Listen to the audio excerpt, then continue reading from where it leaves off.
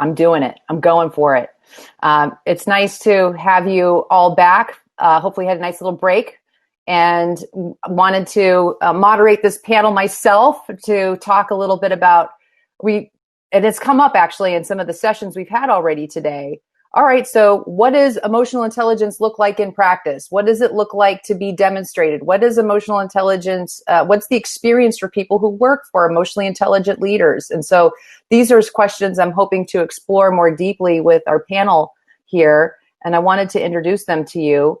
I'll start with Brian. The first and most important thing to know about Brian is that he's tall, and you wouldn't know that from seeing him while he's sitting on a piece of furniture with some lovely portraits behind him, but he is.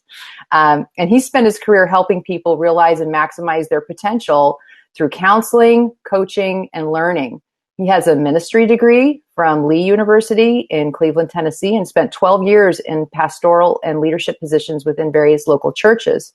He also has held multiple volunteer board positions with nonprofit organizations, making a difference in the local community, and spent 6 years as a radio announcer. So he can do it all, basically. Right now, he currently leads corporate education, learning, and development teams at the Kohler Company. So if you might have a Kohler faucet fixture in your bathroom or your kitchen, if you're lucky. So Brian, thank you for being here with us. Karna is currently the Director of Human Capital Management at United Mechanical, and has spent her career identifying the employee's strengths and capabilities and uses that knowledge to form rewarding career paths for them. Her experience in varying roles like customer service, learning and development, management, and leadership across diverse industries from farming to SaaS, outsourcing, and construction provides her with a robust set of tools from which she can rely on to get her and her teams through any situation. And we're going to ask you about that because it kind of turns out we've been in some situations so far this year, Karna. And finally, Janet Miller-Evans, who is the CEO and founder of Entivas, which is an international coaching practice. And the mission of Entivas is to embolden, educate, and inspire leaders, especially those that are struggling to bring authenticity to their teams. Janet is a certified ICF professional coach and an emotional intelligence coach and assessor. And before starting her own business, she held leadership roles at IBM, FedEx, UPS, and Comcast. She's also happens to be on OG's advisory board, so she helps us in all things OG related as well. So I wanted to welcome you as panelists to our discussion here. And, before we really get rolling here, it seems appropriate that we start our session by asking you, how are you feeling?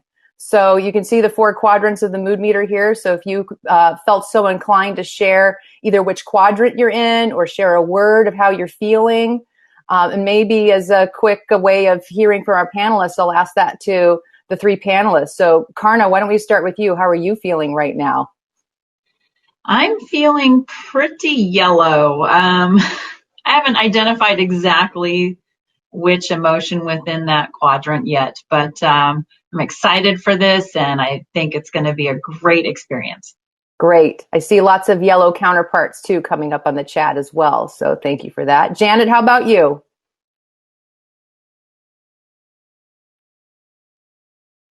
Did I come up? Yeah, Hi. I can hear you now. Hi. Yes. I am right at the line between yellow and green. Yellow and green. Mellow out, but very happy and excited to share with more about emotional intelligence and engage them as practitioners of emotional intelligence. That's great. Thank you, Janet. Although no pressure, Brian, but somebody threw down a gauntlet and said, I dare anyone to admit that they're in the blue or the red right now. I am not in the blue or the red. There was moments of unpleasantness this weekend. I packed up a moving truck and moved. So I've been blue and red quite recently, which is common as you learn more about emotional intelligence. But right now, I'm actually focused. I'm in the yellow for sure. That's great. Thanks for sharing that. And I would say that I'm in the yellow with a little tinge of red, knowing that some of our participants have had some technical issues early, caused a little red energy, but I'm just so darn happy to be talking with you that it's definitely swaying in the yellow direction. So thanks for sharing that. Yes, and I can join that, Red. I had to go to the ATM this morning for the family, and I couldn't remember my PIN. And I was like, but I was able to get to the bank and call them and get it reset. But I was red before, and I took a breath and said, let's move over to the yellow and green. It's funny. This is small things, isn't it? It just, Yes. I like Mark Brackett's definition. It's so clean around the definition of emotion, which is a response to a stimuli, whether that's real or imagined. And it causes us to shift how we think, our physiological response, our behavior, or the way that we're expressing ourselves. And so it sounds like you walk up to the ATM and all of a sudden you're like, I don't remember. That's a new stimuli to react to. Well, I'm so glad you're here. I'm glad we're all in the sweet spot to really engage and help people through a conversation around this. Maybe a good way to start is talking about why the skills of emotional intelligence are important in the organizations you either have worked for in the past or work for now. So who would like to go first?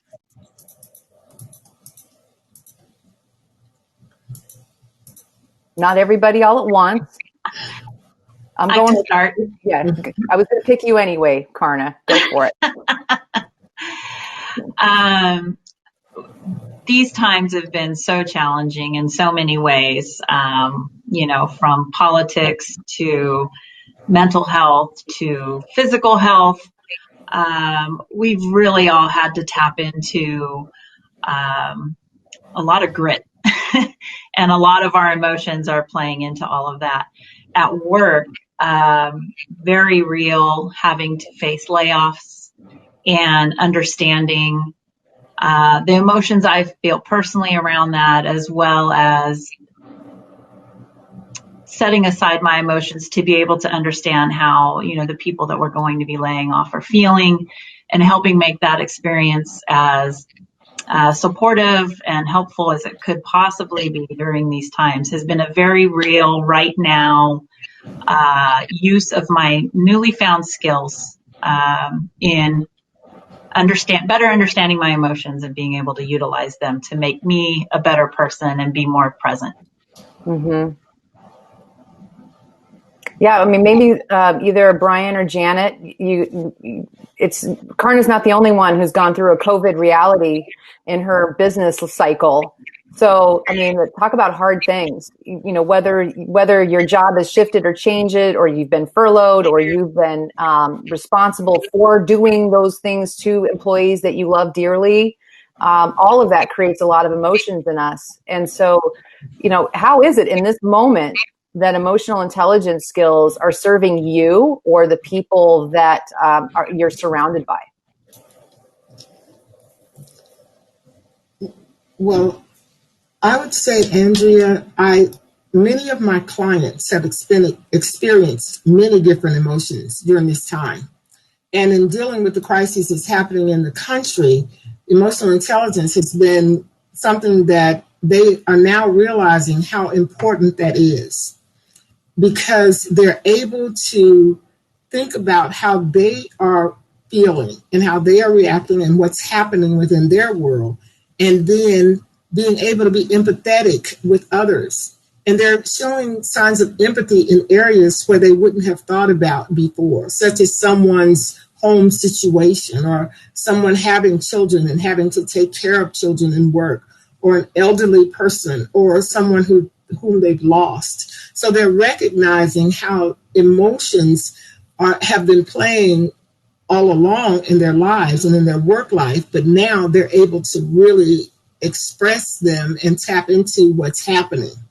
And so I think for today, emotional intelligence has become really very, very front and center with corporations and with the employees' ability to work as teams and interact with each other. Mm-hmm. Yeah, thanks, Janet. Brian, what would you add to that? I think the biggest observation I've made through COVID, and I've experienced people on my team that frankly aren't on my team anymore, and having to be a part of some really tough conversations, even tougher conversations with people close to me at work, finding out that they or that their spouse has contracted coronavirus, and how do we show up for one another? And I think that the biggest observation I've made through that is that there are leaders within our company, for example, with a great deal of compassion that are realizing that there are haves and there are have-nots when it comes to emotional intelligence. And those that have emotional intelligence are having vastly different experiences with their teams, with their loved ones, than those without the skills of emotional intelligence. To be able to recognize and regulate their emotions, I'm having people come to me and saying, I want what that person has. Why was their experience different in having to lay that person off? Why was their experience unique in having some type of conversations with their team? And that awareness that something is missing has been, I guess, some good that's come out of extremely unfortunate circumstances. Yeah, Brian, so maybe you can illuminate that, and then feel free as others to pitch in. Andrea, is some real specific examples. Like, we want to know how do you tell the difference, Brian, between an emotionally intelligent supervisor that is going through a difficult process well? How do you know the difference between that and someone who's not as skilled? I think it's the adjustment. I think that most leaders go into really tough conversations with a plan. I hope they go in with a plan. I hope they don't just go in and wing it. But they go in with a plan and they stick to that plan. And I think emotional intelligence gives you guardrails, not train tracks, so to speak, right? So it gives you some ability to flex and adapt and say, you know what, the person across the table from me right now, I see it. I see that they're showing an emotion. I recognize that, and I'm able to regulate to try to meet them where they're at, to try to adjust how I'm approaching the conversation. And I think being able to flex, specifically, if the person across the table from you is, their eyes are welling up because this is an emotional conversation. They've had a position at a company for a length of time. What you're saying is that which is a part of their identity is being taken away from them. Being able to stop and say, I know we got some boxes to check because maybe I'm an HR person or maybe I'm a leader and I have to get through this conversation, but I'm going to stop and maybe I'm just going to listen. Maybe I'm just going to stop the conversation and just be there for them and acknowledge this sucks. Mm-hmm. And I think just pausing long enough to truly be present with that person when they're showing an emotion that you might not. I think that's important. Yeah, thank you, Brian. Janet, I think I accidentally cut you off too when we were experiencing a bit of a lag. So anyway, what would you add to that? Oh, just no problem at all. Just in terms of what Brian was saying, why is emotional intelligence so important right now? And it's been proven that emotional intelligence is the single best predictor of performance. And so right now, as we are going through crises, recognizing our emotions, being able to name them, being able to identify options and choices that will give outcomes that are productive is very, very important. And as Brian was saying, one of those is being able to recognize when it's time to just listen, when it's time to show empathy or share our emotions, but just being able to understand timing and how our emotions play into our reactions is very important today. And it also has been proven that organizations who have emotional intelligent leaders have greater return on investment and profits. So one thing about organizations, profits are important. As far as we look at those who right now are in the educational system, and I noticed that some were saying that the challenges there and the responsibilities that are being given to those in the educational system, it's very important that we recognize that the work that you're doing with OG and permission to feel is something that we have to do to recognize that we want to listen and be able to be there and support all of our professionals in every walk of life with emotional support.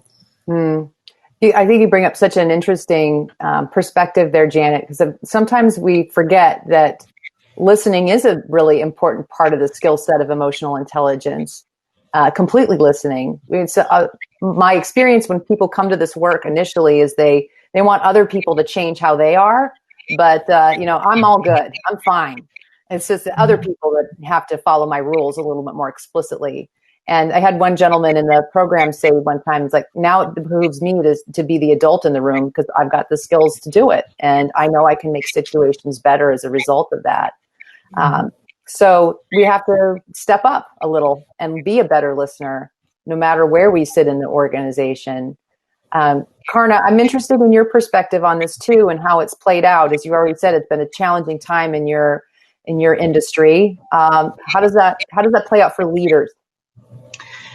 It's definitely been impactful, being able to lean on what we have brought to the table around emotional intelligence. We had a common language that we could use to support each other, because we're all going through it along with our employees that we're having to deliver these hard messages to. And then we're having this almost like residual effect after the fact. Feeling the weight of the lives we're changing and whatnot. So it really opened up the door for us to be able to better support each other internally as a leadership group, which was not really an expected outcome of all of this. So it's one of those situations where I think if you can really understand how to put it into practice and create a language and a culture around the emotional intelligence, you, to Janet's point and Brian's point, I mean, it all filters up into the fact that you become such a better leadership group, such a better support system for each other and your company. And it, a very direct impact that I had, a personal story I'd like to just share really quick, is we're going through all these layoffs. We laid off over 40% of one particular department in particular, and then over 25% of our entire employee population. And that's difficult. I know there are a lot of companies going through a lot worse, but it really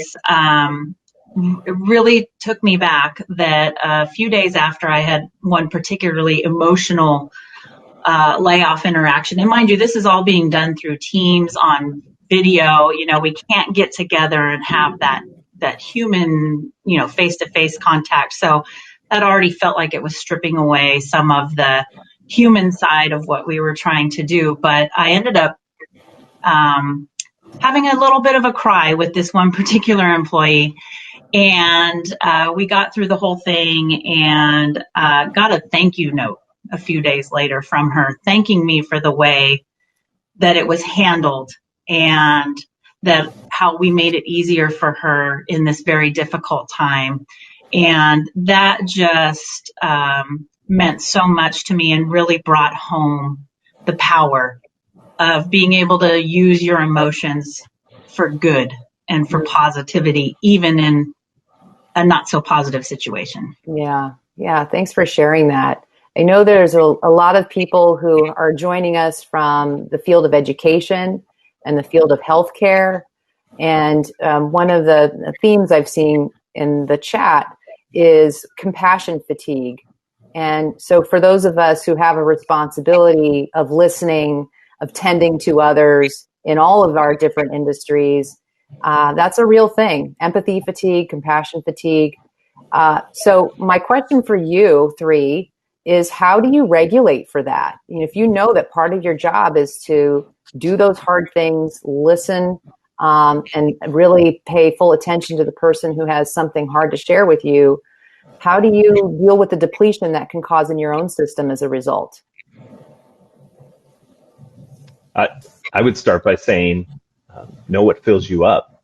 I think be aware enough and recognize in yourself, what does it take for self-care? What does it take for me to fill my cup in order to be there for the people that it matters most? The phrase that the airplane tells you to put on your oxygen mask first so that you can help others around you, right? I mean, that's overused for a reason. The other is know the relationships that matter most.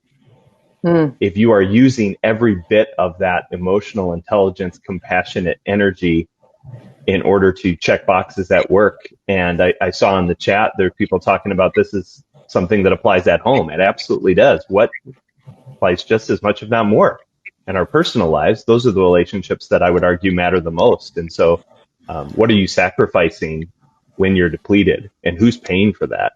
And some proper reflection to really ask yourself some tough questions. I have this saying that I share with a lot of my clients. Be gentle with us mere mortals. And you are one.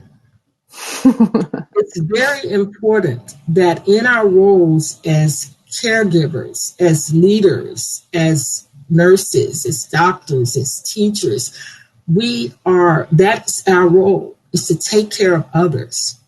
And a lot of times in any work setting or at home, we are thinking about that other person. And when they ask us for something, we immediately want to help and we want to fix things. We want to be compassionate. But there is a time when we have to realize that we're helping those mortals, but we're a mortal too. So we need to help ourselves. So it's always important to remember that and not be as hard on ourselves and not say, I can go one more step, when in actuality, you might need to say, can you hold me up this time? I need you. So that's a part of being emotionally mature and emotionally intelligent, being able to ask for what we want, giving ourselves, as Mark Brackett would say, permission to feel. Mm-hmm. Now, that's so interesting because one of the earlier sessions we had today was one of the Yale Center of Emotional Intelligence researchers talking about the way that we measure emotional intelligence. And so, Janet, I'm going to lob this one back to you because I know you work with assessments as well. But one of the main findings he's found, hopefully I'm not speaking too much out of turn, is that what we think we're measuring is not what we're actually measuring. And that when we self-assess our own emotional intelligence, in North America, we almost always rate ourselves as better than average. So like where I'm going with that is, how do you marry both this permission to feel concept and skill with acknowledging that I may not be as skilled as I think I am? And how would I discern the difference between the two? Because it strikes me that nothing can improve much if we just walk through the world going, well, I'm better than most people, so I don't have to do any work in this area. And what I think you're saying is part of that work is reaching out and realizing you're not an island or you're not alone and that you're immortal and you need help and support. And we need to be responsible for our own emotional realities. So can you walk us through a little bit about how you think about that? Yes, Andrea, absolutely. I do a lot of assessments, and there are many companies with many different types of assessments. And I've done those that are just a plain 360 assessment. I've done debriefs on emotional intelligence assessments and emotional intelligence assessments that are 360 related, which focus on your emotions. How do you marry that?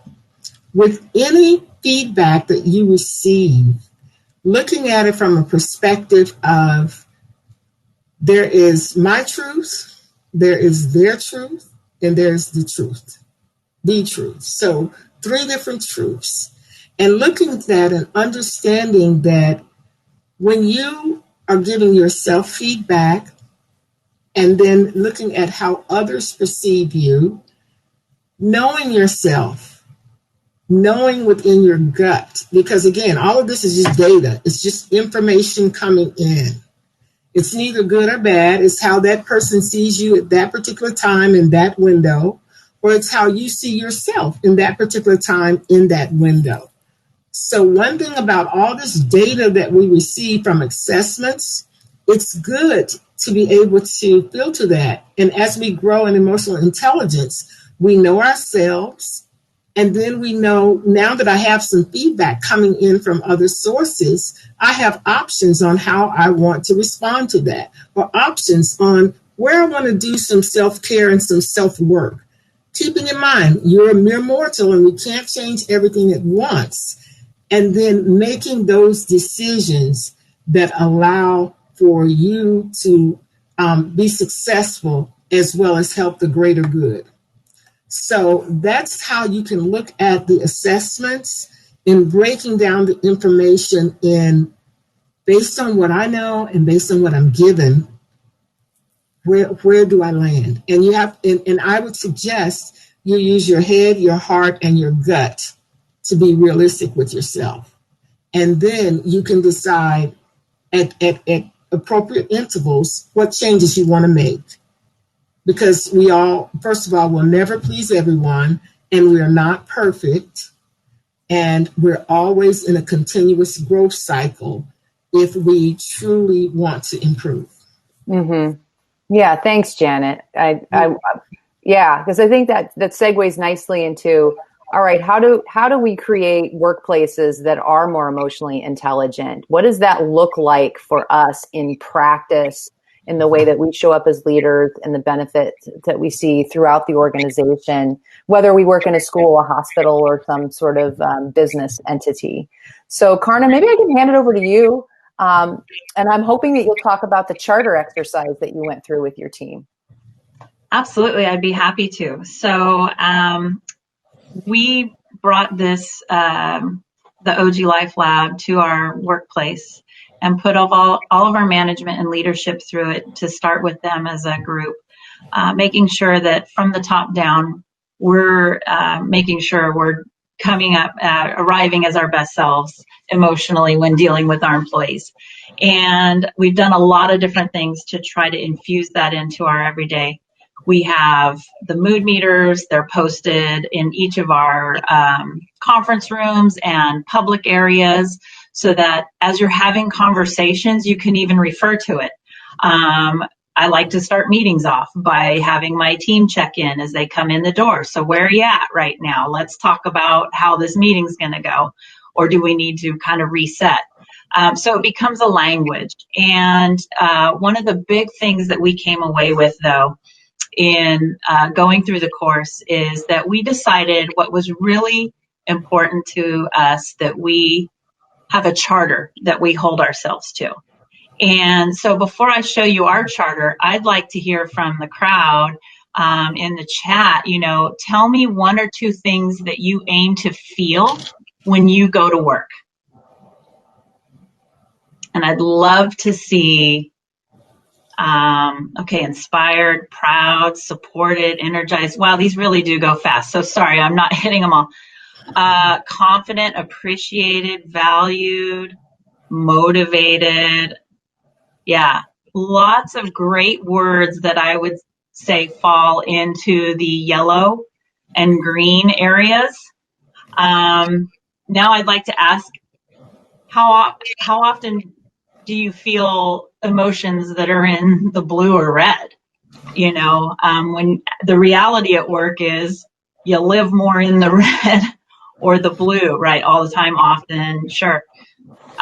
So how do you get people to help each other become more living in those green and yellow words that came up when I asked you how you want to feel? So at United, I'm going to share my screen here. Whoop.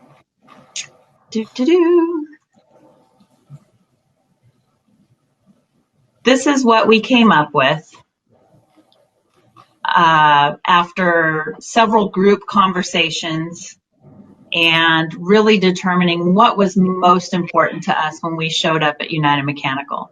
And it was all about being able to feel fulfilled in our jobs, encouraged by our coworkers and our management, and proud of the work that we do.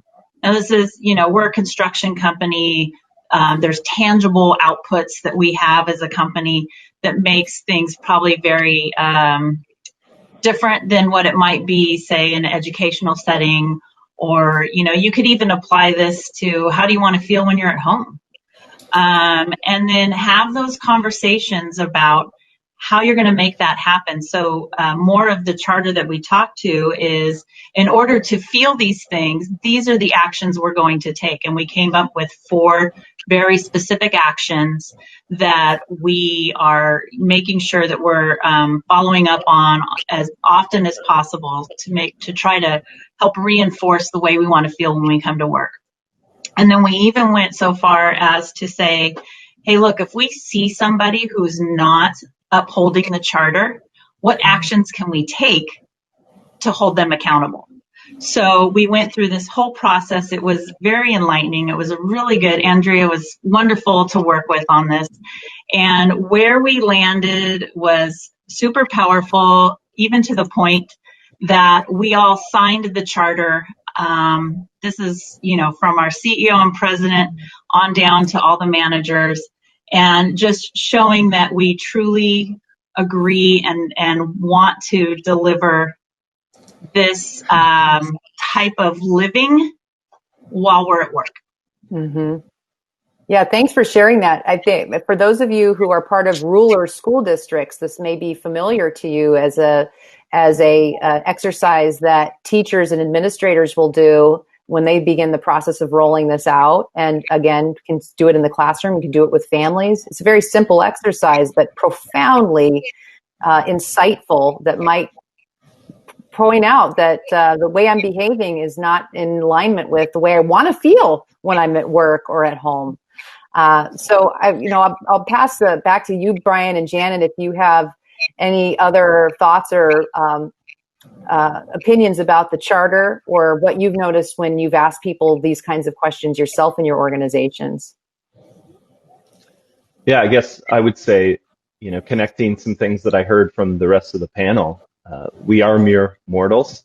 So what we see and hear in ourselves is one perspective, and how we're coming across and making other people feel, like the charter describes, is only one perspective. And so I think that the biggest advice I would give, as it relates to work and home, is to have people in your life who not only will call you out, but will be heard, which I keep hearing and seeing in the chat.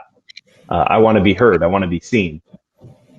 There's plenty of people that will offer you feedback, but not all feedback is created equal, and not all feedback is seen and heard. What's the type of feedback from the voice in your life that stops you in your tracks and tells you, okay, I got to stop. I got to do something differently. If you don't have people in your life that will tell you and you will hear them, then it doesn't matter how much feedback you're willing to hear. You're never going to change. You have to have people that you will truly listen to in your life. And so I think, that just connects on a couple of things I heard. Being a mere mortal, obviously I have blind spots. I need people in my life like this panel that can tell me that's not really how you're coming across to the people on the other side of the table. And I will hear them, and I will change my approach based on that feedback. Yeah, Brian, in a prior conversation, you said something to the extent that no one will change everything until you change one thing. Yeah. So what do you mean by that?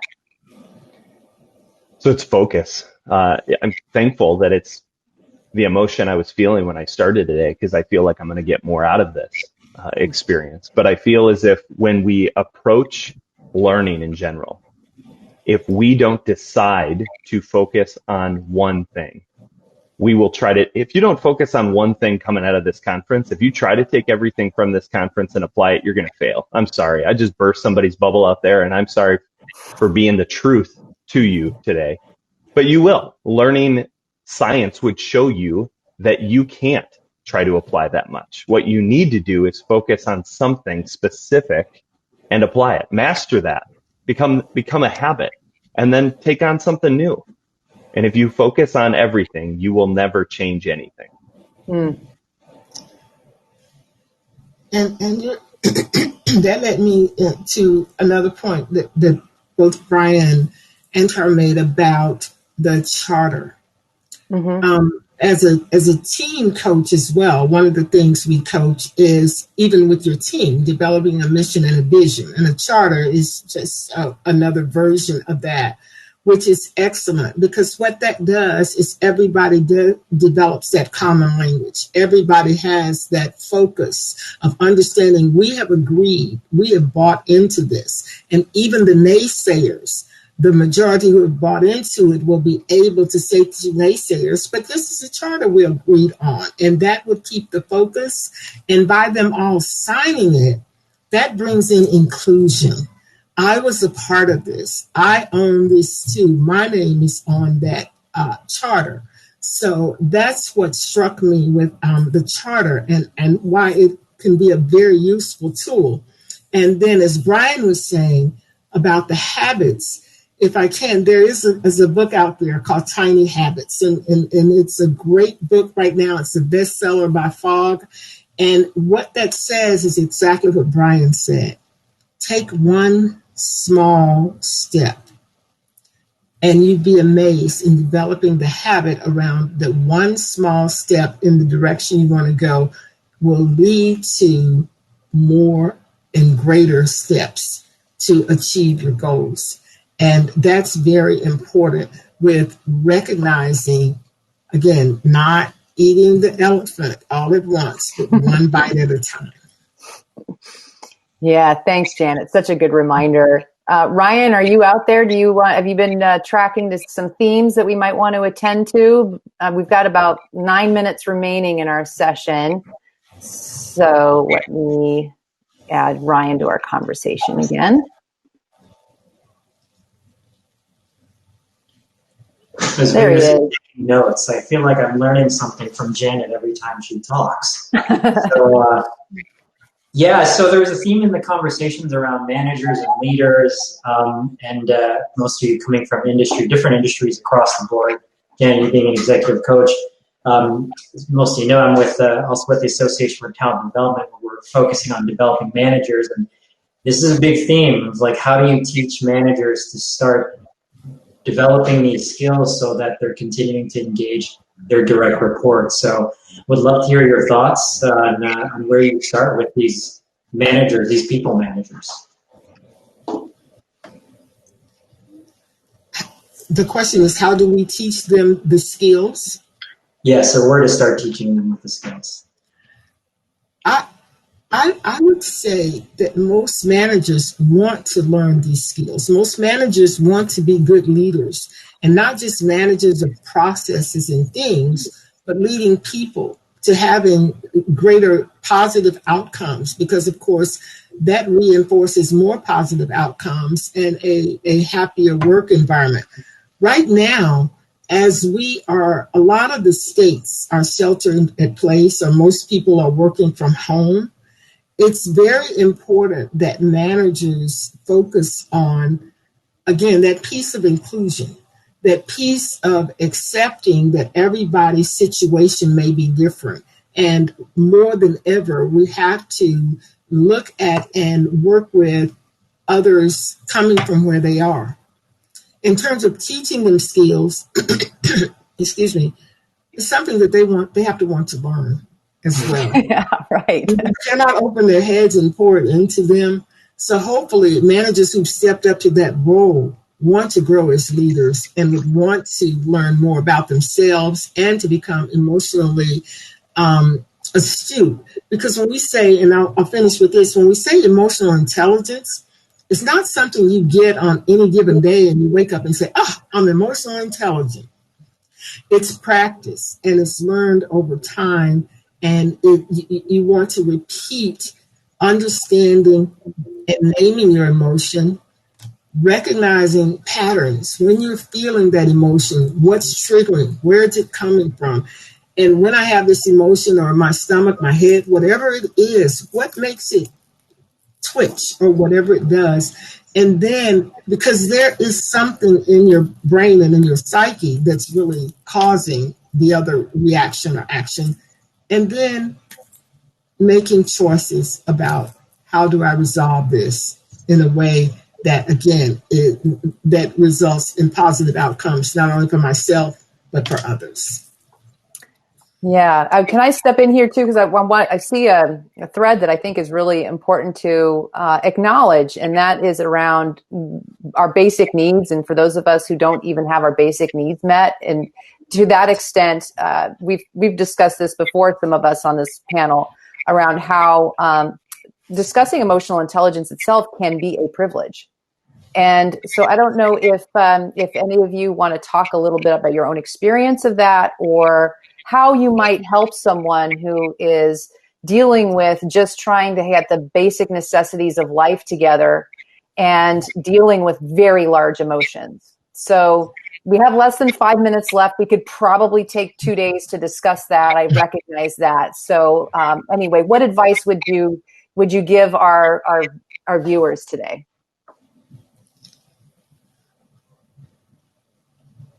Janet, maybe I'll have you start since you were just talking, and then we'll go around to Karna and Brian as well.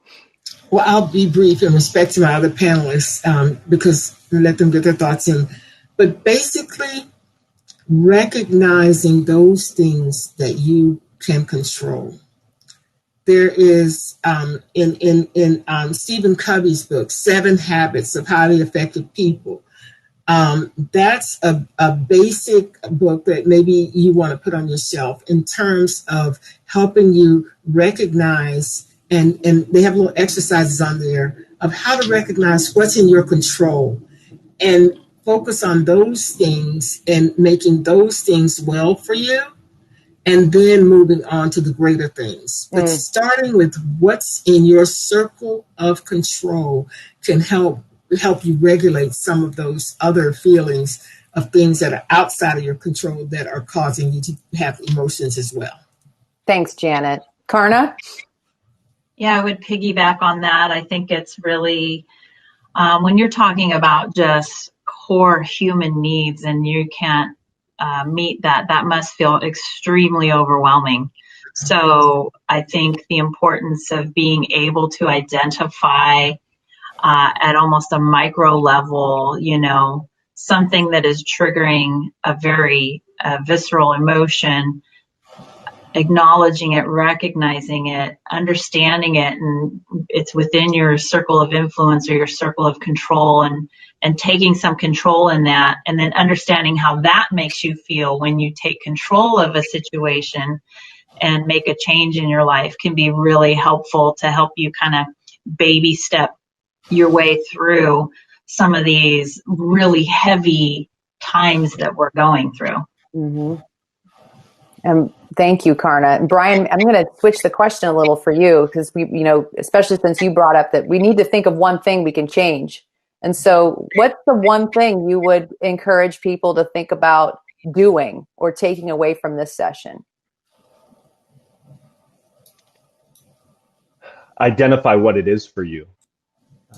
I think reflect. I think take whatever break time you have in between these sessions and go find a quiet place and ask yourself, what is it for me? I saw, people asking in the chat some practical advice. You know you better than I know you. So me telling you what you need to know might not be that helpful with 919 people. For me, it's getting on this chat early and breathing. Andrea and I have talked about this multiple times. I can't jump in a meeting like this at the time it starts and expect to be my best self. I need to breathe. For me, breathing is a powerful tool, but that's me. Maybe it's washing your face. Maybe it's taking a walk. I don't know what it is for you. But that if you practice that at the times that you need it, you're going to be one step closer to your best self. Figure out what that is for you. Thanks very much. Ryan, maybe we have like a minute left. So any last thoughts or questions that we should address, or what's coming up next in the conference? Let's see. So next up is Professor Heidi Brooks and Robin Stern, Associate Director of our Yale Center for Emotional Intelligence, coming up in about a minute. I know they're all set and excited to join you all. I think the panel here did a wonderful job of addressing most of these things. So I just wanted to thank all of you for joining. Andrea, wonderful host as always. So Thank you so much. Yeah, thank you very much. Thank you all for who used chat to engage in a conversation that I think helped all of us. So, and Karna, Janet, and Brian, thank you so much. We'll see you again very soon. Take good care. Thank you.